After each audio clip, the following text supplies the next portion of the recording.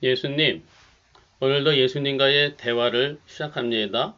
내가 예수님의 음성 듣기를 원합니다. 나의 이야기를 들어주시고 나에게 말씀해 주세요. 마태복음 21장 말씀을 읽었습니다. 예수님이 예루살렘에 입성하셨죠. 그리고 성전을 정화하셨습니다.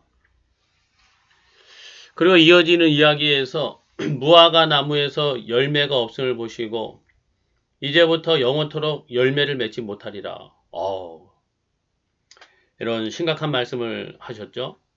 그리고 포도원의 농부들에게 세를 주고 나중에 세를 받으러 이렇게 사람들을 보내는데 농부들이 세를 내지 않았죠. 그리고 아들까지 죽였습니다. 어떻게 하시겠습니까? 열매를 바칠 농부들에게 새로 줄 것이다. 줄지인이다. 이렇게 말씀하셨습니다. 그러시면서 하시는 말씀이 하나님의 나라를 너희는 빼앗기고 그 나라에 열매 맺는 백성이 받으리라. 그 예루살렘에 입성하셔가지고 하신 그 첫 장면 21장 이 한 장에서 열매에 대한 이야기로 아주 그냥 21장은 열매의 이야기입니다.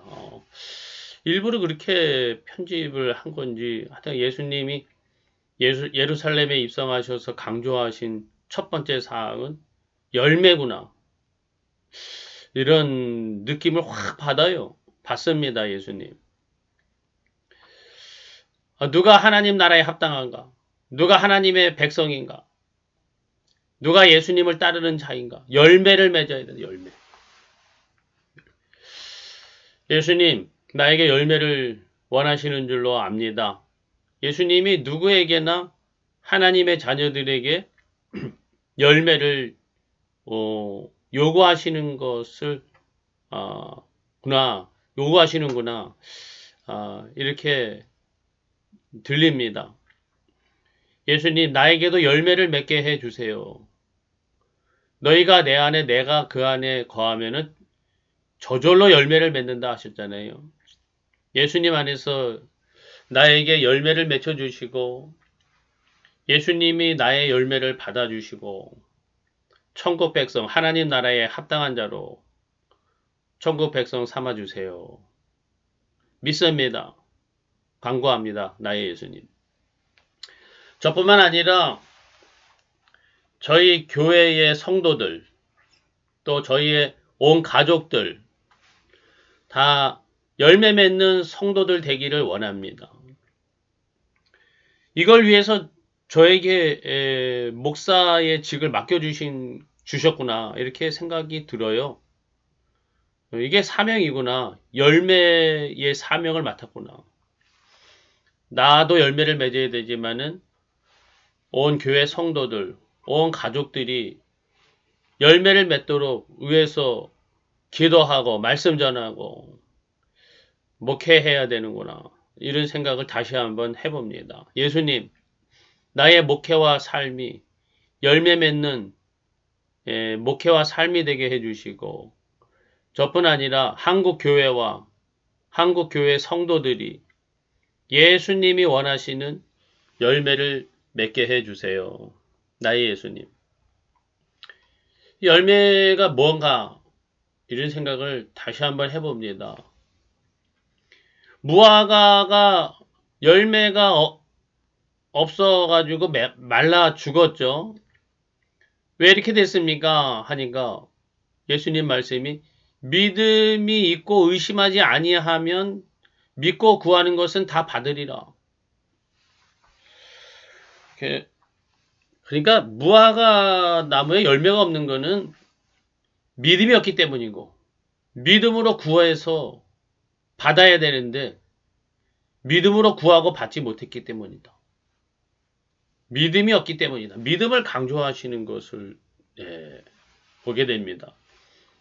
그러니까 열매는 뭐 대단한 걸 해서 열매를 맺는 게 아니라 믿음으로 맺혀지는 거구나. 이렇게 생각이 들었어요. 예수님. 정말 열매 맺는 믿음을 주시기를 바랍니다. 열매가 없으면 믿음이 없구나. 믿음이 없으면 열매가 없구나.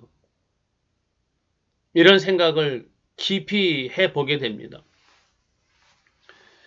믿음이 열매구나. 어떤 면에서는. 그런 생각도 합니다. 예수님, 믿음을 주시기를 바랍니다. 열매 맺는 믿음, 살아있는 믿음이 돼야지 또 열매를 맺겠죠. 그냥 이름뿐인 믿음이 아니라 진실한 믿음, 살아있는 믿음. 그래서 예수님으로 인해서 열매 맺는 믿음.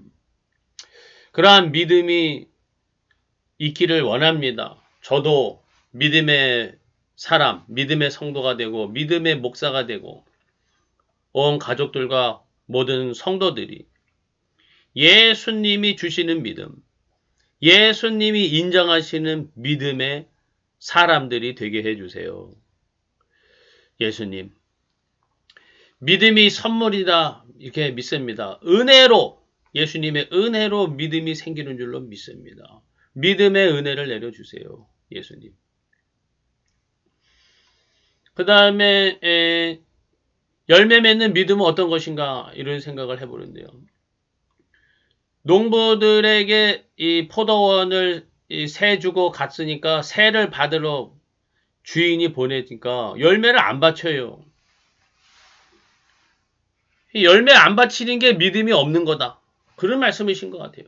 그럼 누구에게 이 포도원을 맡기겠느냐 하니까 열매를 바칠 만한 다른 농부들에게 새를 주시리라 그렇게 압니다. 제자들이 이렇게 했죠. 그래 맞다. 그러니까 이 믿음이라는 게 열매 맺는 믿음이라는 게 열매를 바치는 믿음인 거죠. 열매를 바치는 거. 그런 것 같아요. 열매라는 거는 사실 하나님의 은혜로 맺혀지죠. 뭐 내가 열매를 직접 만듭니까? 어떻게? 뭐 DNA를 어떻게 해가지고 뭐 미토콘드리아를 어떻게 해가지고 뭐 내가 만드는 게 아니라 하나님이 열매를 맺게 해 주시는 거죠. 사람이 할 수 있는 것은 이 하나님이 주신 열매를 하나님께 다시 올려드리고 예수님의 은혜로 맺혀진 이 열매들을 예수님의 것입니다. 이 모든 것이 예수님의 은혜입니다. 예수님께 바치면 되는 건데 이게 믿음이죠. 그러니까 열매 맺는 믿음이라는 것은 열매를 바치는 믿음. 이걸 말씀하신 것 같아요. 교만하지 말고 겸손하고 내가 한 것이 아니라 모든 것이 예수님의 은혜이구나. 이거를 인정하고 예수님을 올려드리고 예수님을 앞에 내세워 드릴 수 있는 이러한 믿음을 주시기를 바랍니다. 저뿐 아니라 모든 교회와 성도들이 모든 것이 예수님의 은혜입니다. 예수님의 것입니다. 예수님의 왕 되심을, 예수님의 주인 되심을, 예수님의 은혜를, 예수님의 은혜와 복을 인정하며 예수님께 영광 돌리는 그러한 믿음을 주시옵소서. 하나님 나라는 열매 맺는 백성이 받으리라 이렇게 말씀하셨죠. 예수님을 그러니까 시인하고 인정하고 모든 결과와 모든 주권과 영광을 예수님께 올려드리는 이들이 하나님의 나라를 받는 자들이다. 열매 맺는 자들이다. 이게 하나님 나라에 합당한 믿음이고 열매다. 이런 말씀을 주셔서 감사합니다. 나의 목회와 삶에는 예수님이 원하시는 열매가 있는가 이런 생각을 해봅니다. 저도 교회를 개척해서 개척 초기에 한 5년, 10년까지는 그냥 아무 생각 없었어요.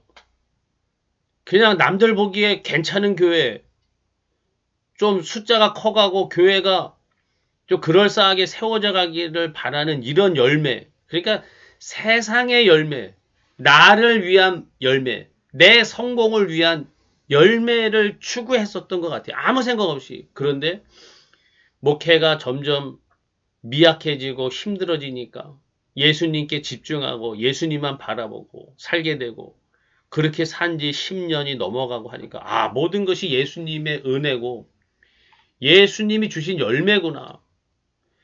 예수님이 주인이시고 예수님이 나에게 은혜를 주시고 살려주시는구나. 이 예수님께 모든 것을 맡기고 의지하고 모든 영광을 돌리게 만들어 주신 것 같아요. 열매 맺는 믿음을 나에게 주시는 것 같습니다. 예수님 감사합니다. 언제나 예수님께 의지하고 예수님께 영광 돌리는 믿음이 되게 해 주세요. 열매를 주소서 나의 예수님.